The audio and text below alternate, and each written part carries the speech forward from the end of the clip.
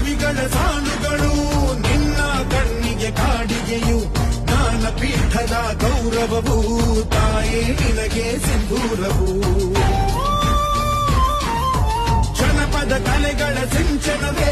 ಕನ್ನಡಾಂಬೆಯ ಕೈಬಳೆಯು ಮನುಕುಲ ಮೆಚ್ಚುವ ನಾಟ್ಯ ಕಲೆ ಅವಳ ಕಾಲ್ಗಳಿಗಂದುಗೆಯು ಮಲೆನಾಡ ಹಸಿರಸಿರಿ ನಿನ್ನ ಒಡಲಿಗೆ ಉಡುಗೆಗಳು ಶಿಲ್ಪಿಗಳ ಶಿಲ್ಪಕಲೆ ಮಾತೆ ನಿನಗೆ ಒಡವೆಗಳು ಜನಿಸುವ